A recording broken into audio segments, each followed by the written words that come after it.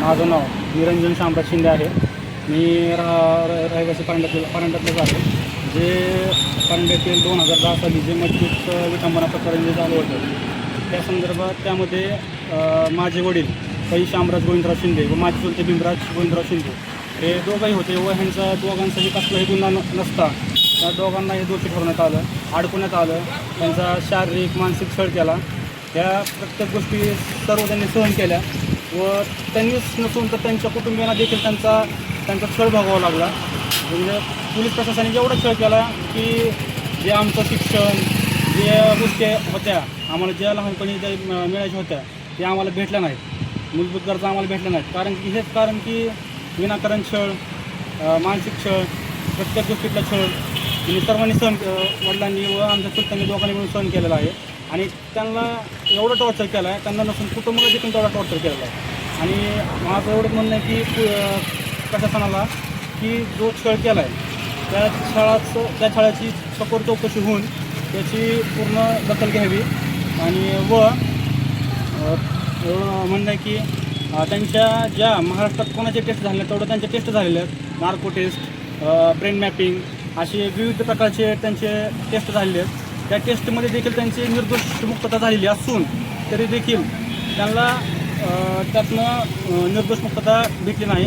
शेवटी न्यायालयाने 2022 साली त्यांना निर्दोष मुक्तता केली व 2023 साली माझे वडील पै शामराज गोविंदराव शिंदे या छळाला त्रस्त होऊन त्यांना BP, लो, शुगर या सर्व आजारांना कारणीभूत तो छळ होता. पोलीस प्रशासन होते आणि त्या छळामुळे माझे वडील 31 ऑक्टोबर 2023 साली हार्ट अटॅकने त्यांचा मृत्यू झाला. मला एवढंच म्हणायचं की तुम्ही एवढं जे गुन्हेगार आहेत त्यांना सोडून जे गुन्हेगार नाहीत तुम्ही त्यांना टार्गेट धरून तुम्ही हा छळ करताय, हे खूप चुकीचं आहे. आणि ह्या गोष्टीचा मी निषेध करतो आहे. आणि माझी एवढीच मागणी की पोलीस प्रशासनाला ह्यांनी गुन्हेगाराचा शोध लावून जे गुन्हेगार होते त्यांना शिक्षा द्यावा एवढी मी मागणी करतो प्रशासनाला. व जे प्रमुख मागण्या केलेल्या आहेत त्याचं चौकशी करून त्यांनी पूर्ण मागण्या पूर्ण कराव्यात ही माझी प्रशासनाला. आणि नुसतं आश्वासन न देता लेखी स्वरूपात त्यांनी आम्हाला द्यावं ही तुमची मागणी आम्ही पूर्ण करू म्हणून. त्याशिवाय हे उपोषण उठणार नाही, हटणार नाही एवढी माझी विनंती प्रशासनाला.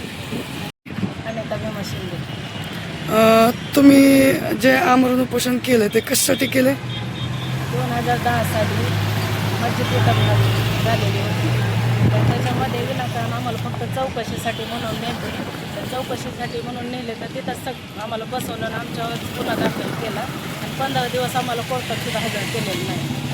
आणि जागतिक लेवलच्या 5 चाचण्या झालेल्या आहेत माझ्या मालकाच्या. नार्को टेस्ट, DNA टेस्ट, इतर अनेक चाचण्या झालेल्या आहेत. तर एवढं सगळं होऊनसुद्धा आम्हाला प्रशासनाने कुठल्याही गोष्टीची मदत केलेली नाही किंवा कुठल्याही गोष्टीचं सहकार्य केलेलं नाही. आणि ज्यावेळेस जे पोलीस डिपार्टमेंट होतं, जे DYSP, SP, पोलीस निरीक्षक तिथं होते, त्यांनी फक्त आम्हाला नेऊन तिथं अडकवलं आणि बाजूला झाले. आणि इतका अत्याचार केला की हाणमार केली, इतकं म्हणजे सांगता येणार नाही एवढं अमानुष कृत्य केलं त्यांनी. मग ज्या इथं 2 वर्षांनी जे पोलीस निरीक्षक आलत्या अंजुम शेख म्हणून, तर त्यांनी 2 वर्षांनी चार्जशीट दाखल केली कोर्टामध्ये. सगळं नेलं असताना सुद्धा त्यांनी डबल दाखल केली. मग तुमची आता काय मागणी सध्या? आमचं जेवढं आत्तापर्यंत जे नुकसान झालेलं आहे, जे म्हणजे आम्हाला आर्थिक नुकसान झाले, मानसिक नुकसान झालं, आम्हाला छळ झाला आहे सगळ्या गोष्टीचा. आणि जी गावातली लोक चांगल्या दृष्टीने बघत नाही, बदनामीचा दाग पडला आहे, पण ते आम्ही कसं भरून काढायचं. तर प्रशासनाने याची दखल घ्यावी. आणि मी जे मागण्या त्यांना दिलेल्या आहेत ते लेखी दिलेले आहेत, तर त्यांनी पण मला लेखी द्यावं आणि माझं म्हणणं आहे की तुम्हाला तुम्ही जी मागणी मागता ती तुम्हाला हे प्रशासन देऊ शकत नाही किंवा शासन देऊ शकत नाही. मग ह्यांनी आम्हाला दबाव टाकून अडकवलं, ह्याच्यामध्ये इतका अन्याय केला. मग त्यांनी त्यावेळेस का विचार केला नाही की बाबा एखाद्याचं कुटुंब उद्ध्वस्त होऊ शकतं, मग एवढं कुटुंब उद्ध्वस्त करू शकतात, तर मग त्यांनी पण त्याची भरपाई द्यावा ना. मग आम्ही मागणार कुणाला, दात कुणाला मागायचे आम्ही? शासनालाच मागणार ना, शासन कसं देऊ शकत नाही म्हणते ती लोक.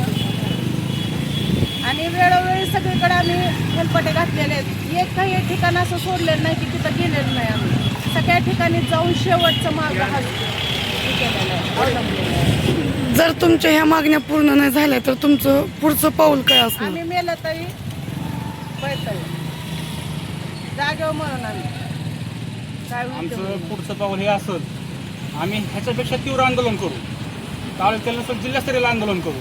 पण आम्हाला न्याय मिळणं खूप गरजेचं आहे आणि खूप गरज आहे.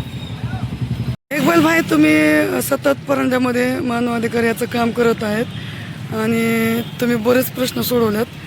तर ह्यांच्या अनिता भीमा शिंदे यांच्या आमरण उपोषणाला याच्यावर तुमचं काय मत आहे? नक्कीच मॅडम, मी मानवाधिकार सामाजिक कार्यकर्ता इक्बाल शेख. खरोखरच भीमा शिंदे आणि श्याम शिंदेवर 2010मध्ये झालेला हे खूप मोठा अन्याय आहे. एकतर्फे हे फंडामेंट राईट्सचा उल्लंघन झालेलं आहे आणि हे गोरगरिबासोबतच जास्त असे प्रकरण घडतात महाराष्ट्रामध्ये.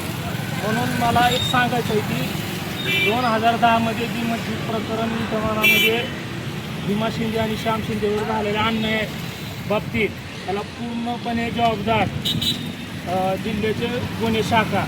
आता गुन्हे शाखा प्रत्येक गोरगरीब किंवा कमी शिक्षण झाले लोकांना कळत नाही. त्याचा अर्थ आहे LCB या खात्याकडून श्याम शिंदे आणि भीमा शिंदेवर खूप मोठ्या प्रमाणात अमानुषमान मारहाण झालेली आहे. आणि खरोखरच त्यांनी जी ही काय मागण्या त्यांनी उपोषणाच्या माध्यमातून विटवण्यात आलेले ते त्यांच्या मागण्या रास्त आहेत. ह्यात कुठंही त्यांचं दुमत नाही. आणि खरोखरच ते जी काय नुकसान भरपाई मागतात 5 कोटी काय महाराष्ट्र शासनाने असे सहज दिले पाहिजे, कारण तेवढा अन्याय त्यांनी सहन केलेला आहे. आपण आपल्या दारात जनावराला जे आपण गावणीला बांधलेलं ना त्याला देखील एवढं आपण मारहाण करत नाही, तेवढं मारहाण या दोन्ही भावांसोबत झालेली आहे. एवढंच मी सांगतो आणि माझे 2 शब्द संपवतो. झालेला आहे तो आम्हाला न्याय मिळवून द्यावा. आणि जोपर्यंत प्रशासन आम्हाला या गोष्टी ज्या प्रमुख मागण्या मी दिलेल्या आहेत त्यांनी लेखी स्वरूपात जोपर्यंत देत नाही तोपर्यंत मी माझं उपोषण माघारी घेणार नाही.